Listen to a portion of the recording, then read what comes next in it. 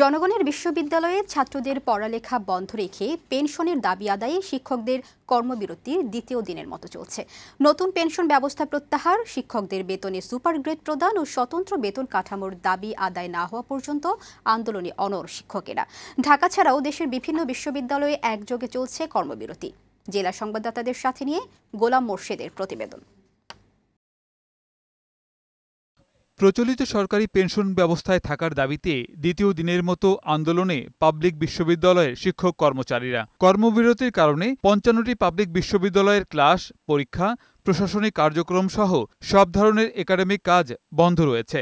মঙ্গলবার সকালে ঢাকা বিশ্ববিদ্যালয়ের কলাভবনে বিশ্ববিদ্যালয় শিক্ষক সমিতির ব্যানারে পূর্ণ দিবস কর্মবিরতি ও অবস্থান কর্মসূচি শুরু হয়। এ সময় শিক্ষক নেতারা অভিযোগ করেন, ষড়যন্ত্রের শিকার হয়েছেন তারা। অবিলম্বে বৈষম্যমূলক প্রজ্ঞাপন বাতিলের দাবিও জানান শিক্ষক নেতারা। শুভঙ্করের ফাঁকি যে প্রত্যয় স্কিম, সেই প্রত্যয় স্কিমকে তারা প্রত্যাখ্যান করেছেন।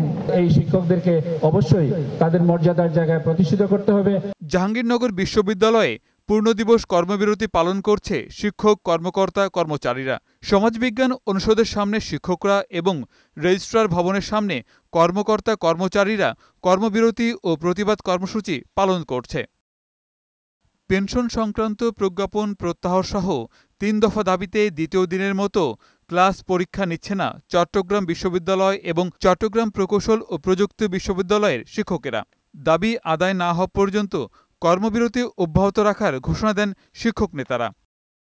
কুমিল্লা বিশ্ববিদ্যালয়ের প্রশাসনিক ভবনের সামনে আলাদাভাবে কর্মবিরতি পালন করছে শিক্ষক কর্মকর্তা কর্মচারীরা।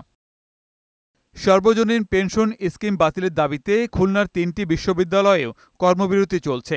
একই দাবিতে অর্ধবেলা কর্মসূচি পালন করে বিশ্ববিদ্যালয় অফিসার্স কল্যাণ পরিষদ। এছাড়া খুলনা প্রকৌশল ও প্রযুক্তি বিশ্ববিদ্যালয় এবং খুলনা কৃষি বিশ্ববিদ্যালয়ের শিক্ষক কর্মকর্তা কর্মচারীদের কর্মবিরতি অব্যাহত রয়েছে। গোলাম মোর্শেদ, বৈশাখী সংবাদ, ঢাকা।